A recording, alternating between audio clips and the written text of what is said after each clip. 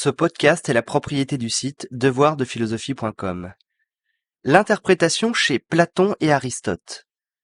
L'Antiquité grecque fut celle des philosophes, premiers penseurs à s'éloigner du dogme religieux pour interpréter le monde avec les yeux de la raison.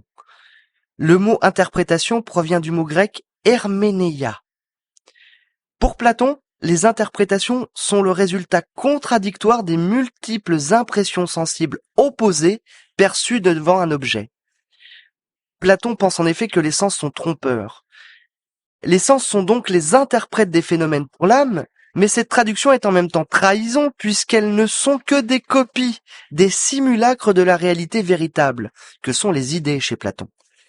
Il n'y a donc d'interprétation qu'à partir du moment où il y a des interprétations chez Platon. En un autre sens, le philosophe compare les poètes à des interprètes des dieux, de même pour les oracles. L'art interprétatif se rapproche ici d'un art consistant à décrypter des messages d'ordre métaphysique, c'est-à-dire surnaturel.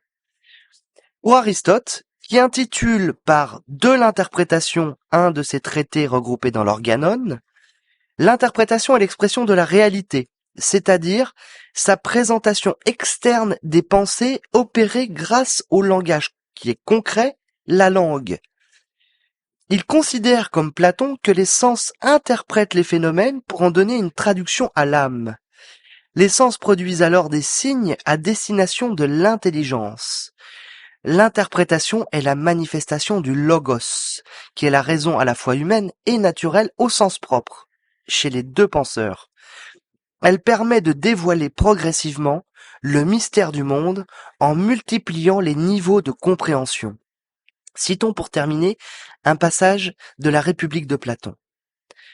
Donc, repris-je, il est alors nécessaire, dans de tels cas, que l'âme soit dans l'embarras sur ce que ce sens peut bien signaler comme le dur, si en effet il dit que la même chose est aussi molle.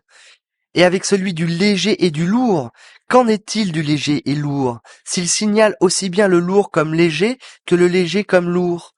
En effet, dit-il, ces interprétations sont vraiment insolites pour l'âme et ont besoin d'une enquête. Vraisemblablement, donc, repris-je, dans de telles situations, l'âme tente tout d'abord, en faisant appel au raisonnement et à l'intelligence, d'examiner si chacune des choses qui lui sont dénoncées est une ou deux.